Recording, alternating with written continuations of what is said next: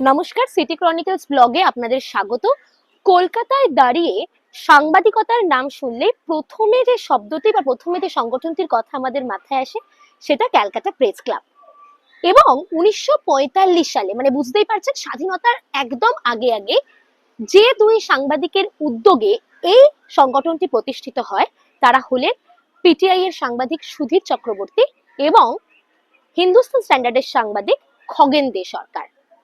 বর্তমানে অনেকেই মজা করে এই ক্যালকাটা প্রেস ক্লাবকে সাংবাদিকদের আড্ডাখানা বলে থাকেন।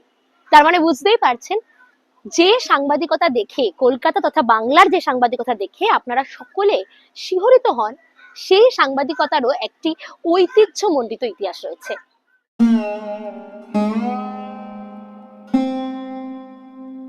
ভারতবর্ষের স্বাধীনতা এবং পরবর্তীতে বাংলাদেশের মুক্তিযুদ্ধের সময়কার অনেক স্মৃতির সাক্ষী কলকাতা প্রেস ক্লাব। ভারতীয় উপমহাদেশের সবচেয়ে প্রাচীন এই কলকাতার প্রেস ক্লাব অবিভক্ত বাংলায় 1945 সালের 22শে জুলাই উত্তর কলকাতার কলেজ স্ট্রিট মার্কেটের দোতলার একটি ছোট্ট ঘরে কয়েকজন সাংবাদিকের উদ্যোগে গড়ে উঠেছিল ক্লাবটি। এরপর 1957 সালের 16 জানুয়ারি স্বাধীন ভারতের প্রথম প্রধানমন্ত্রী জওহরলাল নেহেরু কলকাতার রিপোর্টারদের এক বার্ষিক সভায় আমন্ত্রিত অতিথি হিসেবে আসেন।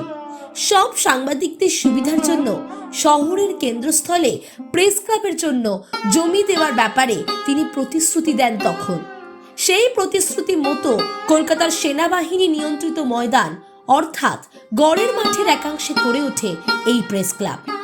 ভারতের স্বাধীনতার পথ পরিক্রমা দেখার পর কালের আবর্তে এই প্রেস ক্লাব দেখেছে বেদনাদায়ক বাংলা ভাগ থেকে ভাষাকে ভিত্তি করে গড়ে ওঠা বাংলাদেশ। মুক্তিযুদ্ধ বিষয়ক নানান মিটিং পরিকল্পনা এই প্রেস ক্লাব থেকেই হয়েছে।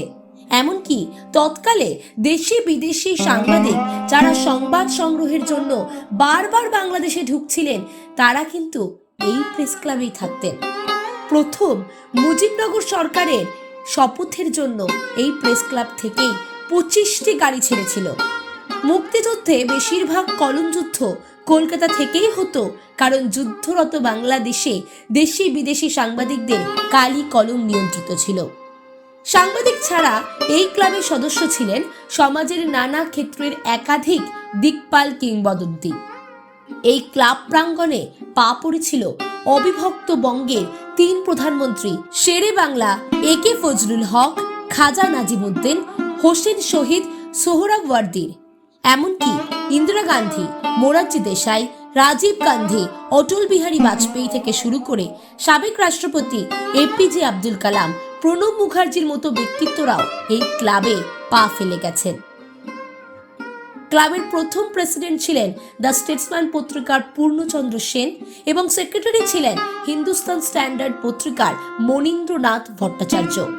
প্রতিষ্ঠাতা সদস্য ছিলেন অমৃতবাজার পত্রিকার অবনী মোহন মজুমদার ও দ্য স্টেটসম্যানের WH নানি সহ 45 জন সাংবাদিক।